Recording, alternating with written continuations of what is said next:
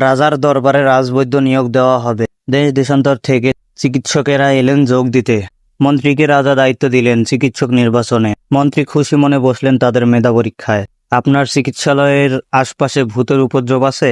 জি আছে, প্রচুর ভূত। ওদের অত্যাচারে ঠিক মতো চিকিৎসা করতে পারি না। দিন দিন ওদের সংখ্যা বাড়ছেই। এবার দ্বিতীয় চিকিৎসকের পালা।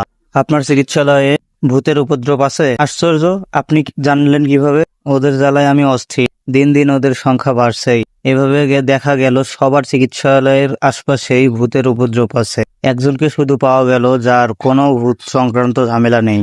মন্ত্রী তাকে রাজবৈদ্য নিয়োগ দিলেন। পরে দেখা গেল এই চিকিৎসকই সেরা। রাজা খুশি হলেন। একদিন রাজা ধরলেন মন্ত্রীকে। মন্ত্রী বললেন, আজ্ঞে মহারাজ, দেখুন সবার চিকিৎসালয়ের আশপাশেই ভূত আছে, আর দিন দিন ভূতের উপদ্রব বাড়ছে।